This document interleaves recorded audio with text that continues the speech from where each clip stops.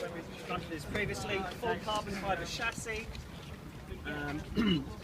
GT3 derived, not 177, 7 litre V12, 820 horsepower, 700 Newton. No flame splitting today,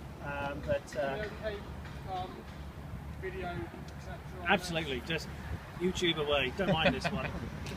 Stuff later today, definitely not.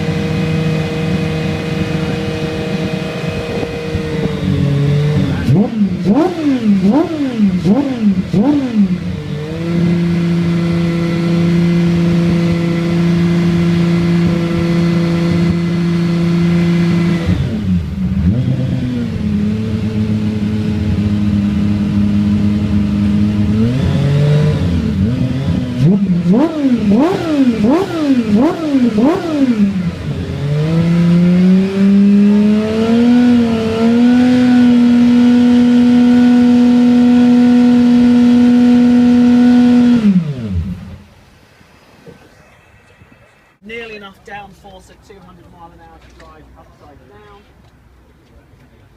Engine sits all the way behind the front axle.